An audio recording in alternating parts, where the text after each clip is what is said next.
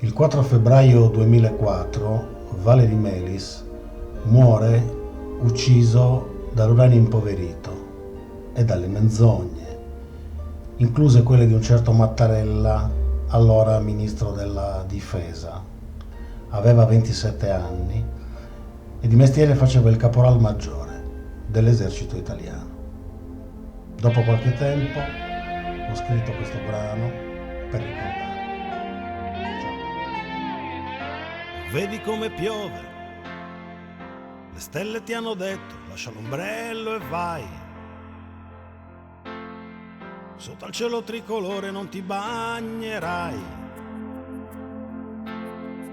Saluta tutti, poi rivedrai. Da dietro un vetro, qui la verità ha preso il volo, ma Dio lo sa quanto costa. Qui non c'è pietà per il ricordo, per i tuoi occhi bambini. Vedi come stanno le cose, hanno falsato le carte, rubato una vita. Non ti hanno dato i guanti, bruciato le dita. Armiamoci e partite, l'avevo già sentita. Sotto il cielo tricolore non si è detto che prima di te altri occhi bambini hanno pianto. Lì dentro di te sentivi che il silenzio ti urlava qualcosa. Vedi oggi sbocciano le rose, qualcuno ha farfugliato come stavano le cose.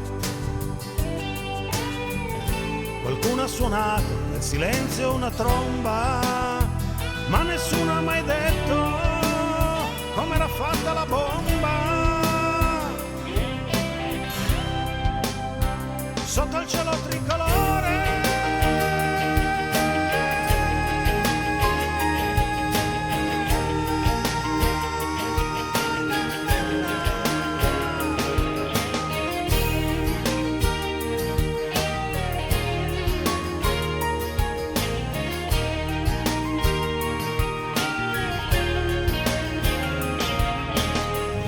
vedi come vanno le cose. Hanno bloccato il traffico, è scritto al presidente. Hanno gridato in piazza per ottenere quasi niente. E hanno portato in giro per l'Italia tricolore.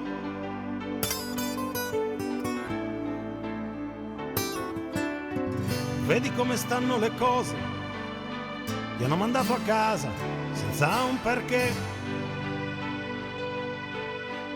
Non ti hanno mai chiamato per dirti che